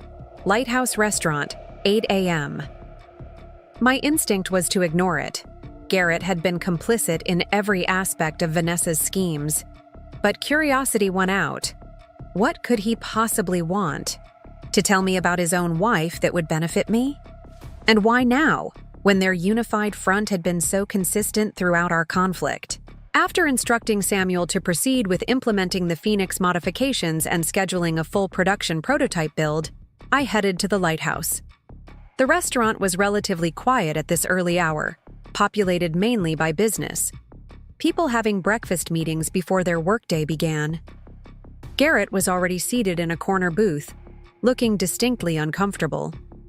His normally impeccable appearance was slightly disheveled, with shadows under his eyes suggesting recent, sleepless nights. He stood awkwardly as I approached. "Thank you for coming," he said, gesturing for me to sit. "I wasn't sure you would." "Curiosity is a powerful motivator," I replied coolly. "What's this about, Garrett?" He glanced around nervously before leaning forward. "Vanessa is planning something that would undermine your position despite the board's decision." "That's hardly surprising. The question is why you're telling me this instead of helping her, as you've done consistently until now." His expression tightened. "Things have changed. Our personal relationship, it's not what it was." He twisted his wedding band absently. "Vanessa blames me for the failure of our strategy. She believes my connections at Westlake Energy should have secured a more favorable acquisition offer before you intervened." The server arrived to take our order.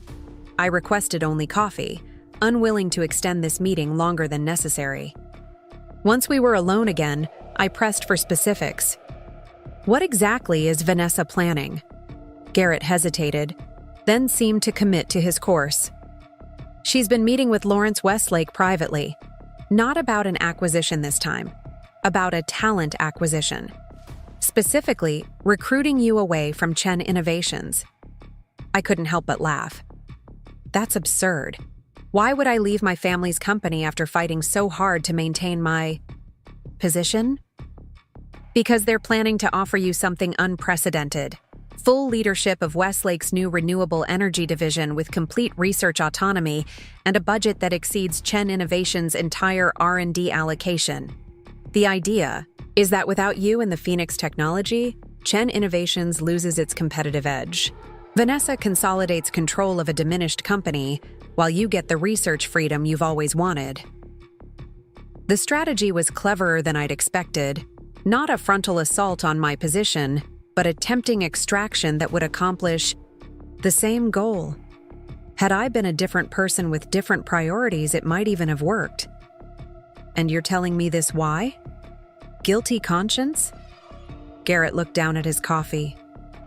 Partly, but also self-interest. If Vanessa succeeds in pushing you out, the company's value will decline significantly. Our prenuptial agreement ties a substantial portion of my assets to Chen Innovations' valuation. Of course, it always came down to money with Garrett. His venture capital firm had been failing for years, leaving him dependent on Chen Innovations' success despite his efforts to appear independently successful. What evidence do you have of these meetings? He removed a small USB drive from his pocket and slid it across the table. Recorded conversations, calendar entries, draft offer documents from Westlake's legal team. A bitter smile crossed his face. Vanessa doesn't know I installed monitoring software on her laptop after discovering she was maintaining separate financial accounts. The irony wasn't lost on me. Betrayal begetting betrayal in an endless cycle of mistrust. I took the USB drive but didn't thank him. You realize this doesn't absolve you of your role in what happened with my father's succession plan, I said. You were fully complicit in that scheme. I know, he admitted. But maybe it counts for something that I'm trying to prevent the next one. I studied him dispassionately. It counts for very little, but I appreciate the warning nonetheless. As I drove to headquarters, I considered my options. The information Garrett had provided, assuming it was legitimate, gave me advanced knowledge of Vanessa's strategy, but didn't solve the underlying problem. As long as she viewed our co-leadership as a temporary arrangement to be undermined at the first opportunity, Chen Innovations would never achieve the stable governance it needed to thrive. The solution, I realized, wasn't to counterattack or expose Vanessa's latest scheme. It was to make the scheme itself irrelevant by ensuring the Phoenix Project's success was so intimately tied to Chen Innovations that no external offer, however generous, could extract it. I pulled into the executive parking area, my mind already formulating a plan.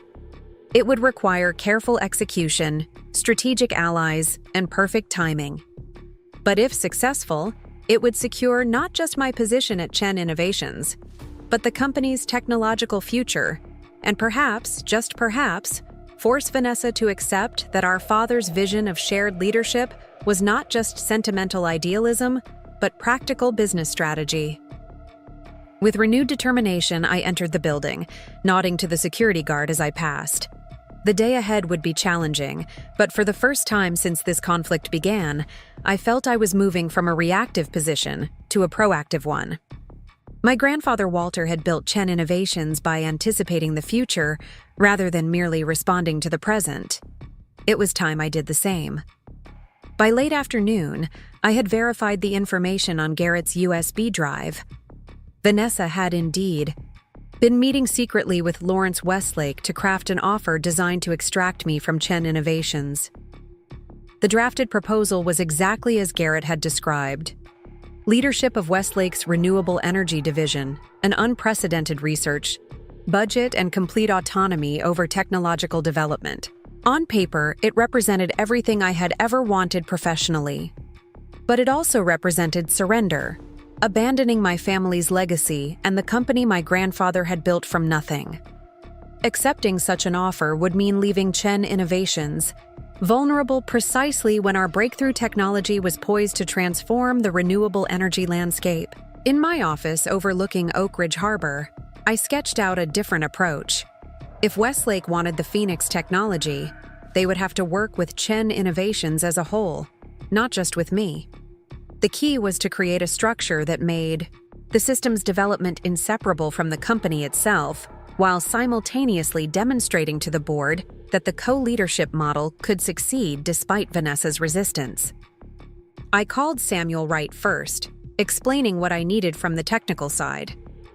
Next, I contacted Dr. Olivia Blackwell, whose strategic insight would be invaluable.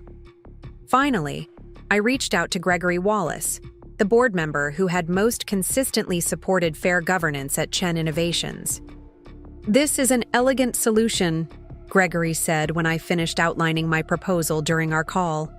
"But Vanessa won't take it well. She'll see it as another challenge to her authority." "That's why the presentation needs to come from both of us," I explained. "At least ostensibly. If she refuses to participate, that itself becomes valuable information for the board about her commitment to our shared leadership model. And if she does participate, then perhaps there's hope for actual collaboration, which would be the best outcome for everyone." After finalizing arrangements for a special board presentation the following afternoon, I took a deep breath and did the hardest thing. I walked to Vanessa's office to invite her participation directly. Her assistant looked surprised to see me but announced my presence. Vanessa was seated behind her desk, reviewing financial projections on her dual monitors. She glanced up briefly, her expression guarded. "Emily, this is unexpected. I have a proposal I'd like to discuss," I said, taking a seat without waiting for an invitation, something that could significantly accelerate Phoenix's market impact while strengthening Chen Innovations' overall position. Her eyes narrowed slightly. "I'm listening." "I've scheduled a special board presentation for tomorrow afternoon to propose a strategic partnership with select implementation partners for the Phoenix technology. Instead of selling the system directly to end users, we'd license the core technology to carefully chosen regional development partners who would customize and deploy it for specific market needs. That's a fundamental shift in our business model," she observed, studying me carefully. "Why bring this to me before the board?" "Because it should come from both of us," I replied simply. "A joint strategic initiative that leverages your business development expertise and my technological vision. Exactly the kind of co-leadership approach the board approved. What I didn't say, what hung unspoken between us, was that I knew about her meetings with Westlake. That knowledge itself was a kind of power, but direct confrontation would only escalate our conflict. This approach offered her a choice: continue her undermining tactics, now exposed, or embrace a genuine opportunity for collaborative success. Vanessa was silent for a moment, clearly calculating various scenarios and their implications. This partnership model, how would it affect revenue projections? Initial projections show a 30% increase over direct sales within 3 years, with significantly reduced manufacturing capital requirements, since partners would handle final assembly and deployment. That caught her attention, as I knew it would. Vanessa had always been focused on maximizing return while minimizing capital expenditure. And control of the core technology remains entirely with Chen Innovations. Partners would receive implementation licenses only, with strict quality control requirements and geographical exclusivity based on performance metrics. She leaned back in her chair, genuine interest displacing her initial suspicion. "It's not a bad concept, but why the rush to present it to the board tomorrow?" Now came the delicate part: market timing. We have indications that Westlake Energy is preparing a similar partner-based approach for their competing system. Moving quickly gives us first-mover advantage with the most desirable implementation partners. I watched her process this information, wondering if she would recognize the subtle message beneath my words. If Westlake was pursuing a partner strategy for their system, their offer to extract me from Chen Innovations made little business sense, unless their true goal was to cripple a competitor rather than acquire talent. I'll need to see the complete proposal and financial projections before committing to a joint presentation, she said finally. Of course. I've had the materials prepared for your review. I placed a tablet on her desk. The full presentation, partner selection criteria, financial models, and implementation timeline. Take your time. I just need your decision by 9 a.m. tomorrow to finalize the presentation structure. As I stood to leave, Vanessa asked, "Did Garrett tell you about the Westlake discussions?" The directness of her question caught me off guard. I considered denying knowledge, but honesty seemed the cleaner approach. Yes. Her expression hardened. I should have known he couldn't be trusted. Perhaps trust is in short supply all around, I suggested, keeping my tone neutral. She held my gaze for a long moment. I wasn't going to accept their offer, you know. I was using the negotiations to gain intelligence on their technology roadmap and market strategy. Whether this was truth or face-saving revisionism, I couldn't tell. With Vanessa, the line between strategic manipulation and outright deception had always been blurry. Then this partner approach should give you valuable leverage in those discussions, I replied smoothly. If you decide to participate in the presentation, I'll be in my office until 7 p.m. to coordinate our approach. I left her considering the tablet, her expression thoughtful rather than angry. It wasn't reconciliation, but it was a more constructive engagement than we'd managed since the succession conflict began. Small victories, I reminded myself. Back in my office, I updated Olivia on the conversation. She didn't immediately reject the idea, which is something, I concluded. She's smart enough to recognize a good business strategy, regardless of who proposed it, Olivia observed. The question is whether her desire to control Chen Innovations outweighs her interest in its success. It was a perceptive assessment that cut to the heart of our dysfunctional family dynamic. Had Vanessa's ambition become so consuming that she would sacrifice business opportunities simply to maintain her dominance? Or could the promise of shared success still appeal to the sister who had once collaborated with me on science projects and business plan competitions in our youth? At 6:45 p.m., as I was finalizing contingency plans for the board presentation, a notification appeared on my computer. Vanessa had made annotations to the partner strategy proposal and shared them back to me. I opened the document with a mixture of curiosity and apprehension. To my surprise, her comments were substantive and constructive.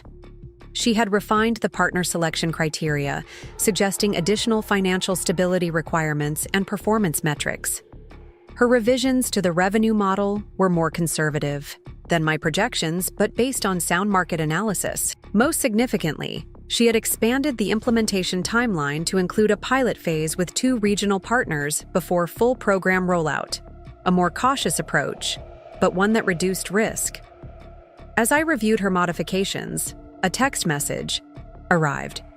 These changes would make the proposal stronger. If you agree, I'm prepared to present the business implementation sections tomorrow, while you handle the technical components and overall vision. V. It was the most collaborative communication we'd had in years. I texted back, "Changes accepted, joint presentation makes sense. I'll update the slides and we can review together at 8 a.m. Her reply came quickly, "Confirmed." I sat back, processing this unexpected development. Was this genuine cooperation or merely a tactical maneuver? With Vanessa, it could easily be both. A recognition of good business strategy combined with a desire to position herself favorably with the board. Either way, it represented progress toward the functional co-leadership model our father had envisioned. The next morning, Vanessa arrived at my office precisely at 8 a.m., dressed in a tailored charcoal suit that projected confident professionalism.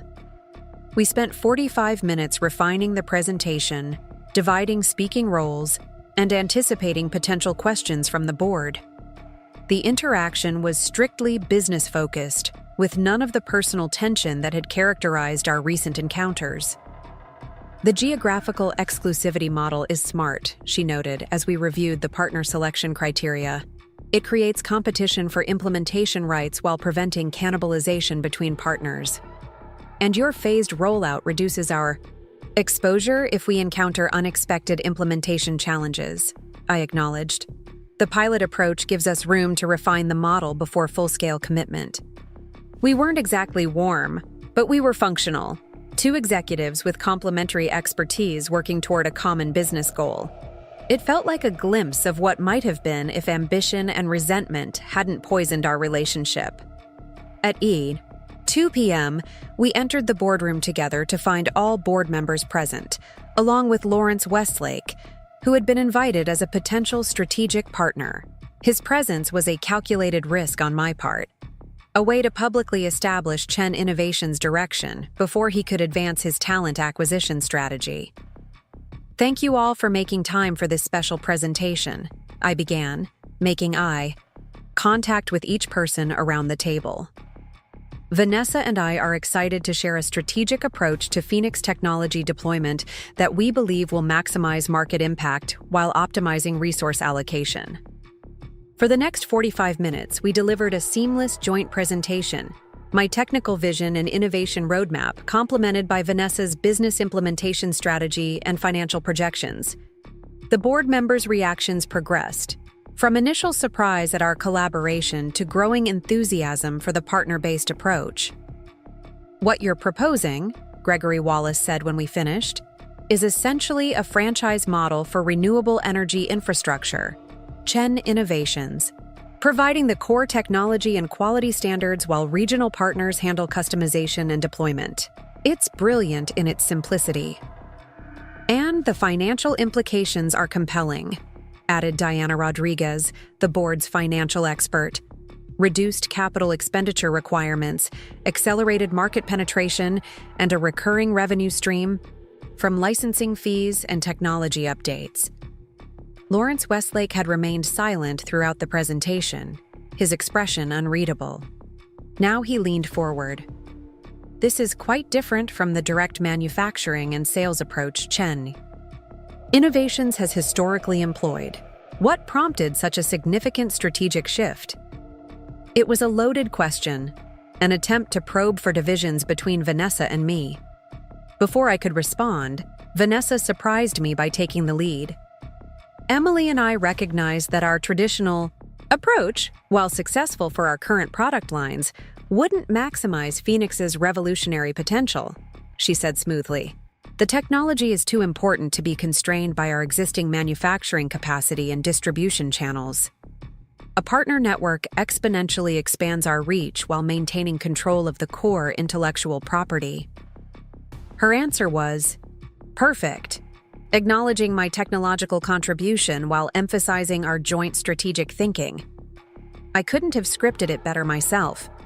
In fact, I added, building on her response, this model also allows us to focus our internal resources on continuing innovation rather than scaling manufacturing operations. Vanessa identified significant financial advantages to this approach that hadn't occurred to me initially. The subtle message to Westlake was clear. Chen Innovations' co-leadership structure was functioning effectively, and any attempt to extract either of us would face a united front. The board unanimously approved our proposed strategy and authorized the pilot program with 2 regional implementation partners. As the meeting concluded, board members approached us with congratulations and questions about various aspects of the plan. Lawrence Westlake waited until most had departed before approaching me directly. Impressive presentation, Dr. Chen. This partner strategy changes the competitive landscape considerably. That's the intention, I replied pleasantly. Innovation should benefit from diverse implementation approaches tailored to regional needs. Indeed. His gaze shifted between Vanessa and me. It seems reports of governance challenges at Chen Innovations have been greatly exaggerated. Your co-leadership appears quite effective. My father understood the value of balanced leadership, I said. Technical vision and business acumen working in concert. How fortunate for Chen Innovations, he observed with the faintest hint of irony. I look forward to seeing how this partner strategy unfolds. Perhaps there are opportunities for collaboration between our companies that we haven't yet explored. We're always open to strategic partnerships, Vanessa interjected, smoothly, provided they align with our long-term vision and values. After Westlake departed, Vanessa and I found ourselves alone in the boardroom, the success of our presentation creating an unexpected moment of shared accomplishment. That went well, I said, gathering my notes from the table. Better than expected, she agreed. The board was practically salivating over the financial projections. Your pilot program approach was key to getting their approval. It demonstrated appropriate risk management. She looked at me directly, something unspoken passing between us. We make a good team when we're not trying to destroy each other. The statement contained both acknowledgement of our recent conflict and recognition of our potential for effective collaboration. It was as close to reconciliation as Vanessa was likely to offer. Dad would be pleased, I said. This is what he envisioned for Chen Innovations, our complementary strengths aligned toward common goals. Speaking of Dad, she said, her voice taking on an uncharacteristic hesitancy, I visited him this morning before our preparation meeting. He seemed better, more present. The doctors say his cognitive recovery is progressing well, even if the physical rehabilitation takes longer. She nodded, then hesitated before continuing. He mentioned something about our grandmother, about her contribution to the original storage technology. Is that true? Was she actually co-inventor? So my father had shared that long-buried family history with Vanessa as well. Yes, I found documentation in grandfather's safe at Cedar Lake Cottage. Her name was on the original patent application, though it was removed before filing due. To investor bias in the 1980s. Why didn't anyone ever tell us? Different time, I echoed my father's explanation. The board wouldn't accept a woman inventor. Grandfather protected her and the company by crediting her privately while maintaining a public fiction. Vanessa absorbed this information, her expression thoughtful. So our grandmother was essentially erased from the company's founding narrative, but while still being equal beneficiary financially. It was a compromise they made together, not ideal, but practical for the realities they faced. It makes you wonder what other family stories have been sanitized for public consumption, she mused. What other compromises were made that we never knew about? It was a surprisingly reflective moment from my usually pragmatic sister. Perhaps the revelation about our grandmother had affected her more deeply than I would have expected. The past is full of uncomfortable truths, I acknowledged. The question is what we do with them now. She gathered her presentation materials, seemingly ready to retreat to her usual professional distance, but then she paused. Emily, about the Westlake discussions. You don't need to explain, I interrupted, not wanting to reopen wounds that seemed temporarily healed. It's business. I understand strategic maneuvering. It wasn't just business, she admitted, surprising me with her candor. After the board reinstated the co-leadership structure, I was angry, felt cornered. Westlake approached me, and I saw an opportunity to regain control by removing you from the equation. Her honesty was unexpected and strangely disarming. Why are you telling me this now? Because today proved Dad right, she said simply. Together, we created something better than either of us could have developed alone. Your technological vision, my business strategy, it worked. And I'm not so stubborn that I can't recognize when I've been wrong. Coming from Vanessa, this was as close to an apology as I was likely to receive. Where does that leave us?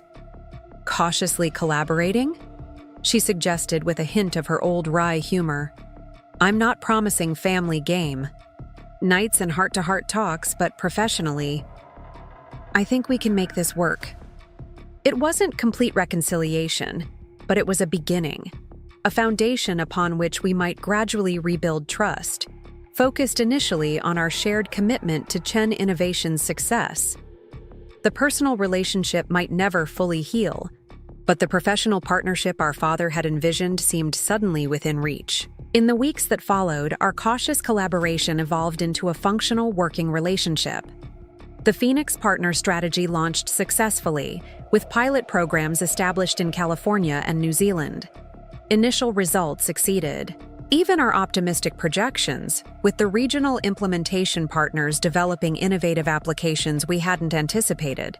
Microgrid solutions for agricultural communities, emergency power systems for disaster-prone regions, and specialized configurations for remote research facilities. My father's rehabilitation continued steadily, with gradual improvements in his mobility and speech. The doctors were cautiously optimistic about his eventual recovery, though they warned it would be a lengthy process. Vanessa and I established a rotation for hospital visits, sometimes overlapping but more often maintaining separate schedules, a reflection of our improving professional relationship that still maintained personal boundaries. One evening, as autumn painted Oakridge Harbor in gold and crimson, I returned to Cedar Lake Cottage for the first time since retrieving my grandfather's documents from the safe. The place held different meanings for me now, not just childhood, memories of fishing and stargazing, but a deeper connection to my family's complex history and the legacy I was helping to steward. As the sun set over the lake, casting long shadows across the wooden dock, I sat with my grandfather's journal open on my lap, reading his thoughts from decades earlier. Innovation is never a straight line. It zigs and zags, stumbles and recovers, sometimes doubles back before lurching forward again. The same might be said of families. Progress isn't measured in individual moments of triumph or failure, but in the resilience to continue moving forward despite setbacks. Elizabeth understands this better than anyone, her scientific brilliance matched only by her patience with both molecular structures and human frailties. If Chen Innovations survives beyond my lifetime, it will be because we built it on complementary strengths rather than individual brilliance. His words resonated with my recent experiences. The partner strategy that Vanessa and I had developed together represented exactly that kind of complementary innovation. Neither of us could have created it alone, but together we had crafted something that transcended our individual visions. My phone buzzed with a text from Vanessa. Board presentation for Q4 tomorrow. Need to review Phoenix milestone projections. Available to prep at 8 a.m.? I smiled slightly at the business-like message that nevertheless represented significant progress in our relationship. 3 months ago, we had been locked in bitter conflict over control of Chen Innovations. Now we were cautiously collaborative co-leaders, our shared commitment to the company's success providing common ground even as personal tensions occasionally surfaced. We'll be there, I replied, bringing updated technical roadmap for partner technology transfer. As I closed my grandfather's journal and prepared to leave the cottage, I felt a sense of alignment with the legacy he and my grandmother had created. Legacy of innovation built on complementary perspectives and shared vision, despite the compromises and complications that inevitably arose along the way. The inheritance I had fought to protect wasn't just the financial value of Chen Innovations, or my position within it. It was this deeper understanding of what made innovation truly transformative. The integration of diverse strengths, the balance of vision and practicality, the recognition that progress often emerges from tension when channeled toward constructive ends. My grandfather's lawyer had indeed walked into that succession meeting at a pivotal moment, setting in motion events that threatened to tear our family apart. But perhaps that confrontation had been necessary, forcing issues into the open that had simmered beneath the surface for years, challenging Vanessa and me to either destroy each other or find a way to honor our father's vision for shared leadership. The path forward remained uncertain. Vanessa and I would likely never recapture the uncomplicated closeness of our childhood. The wounds inflicted during our succession battle had left scars that would never completely fade.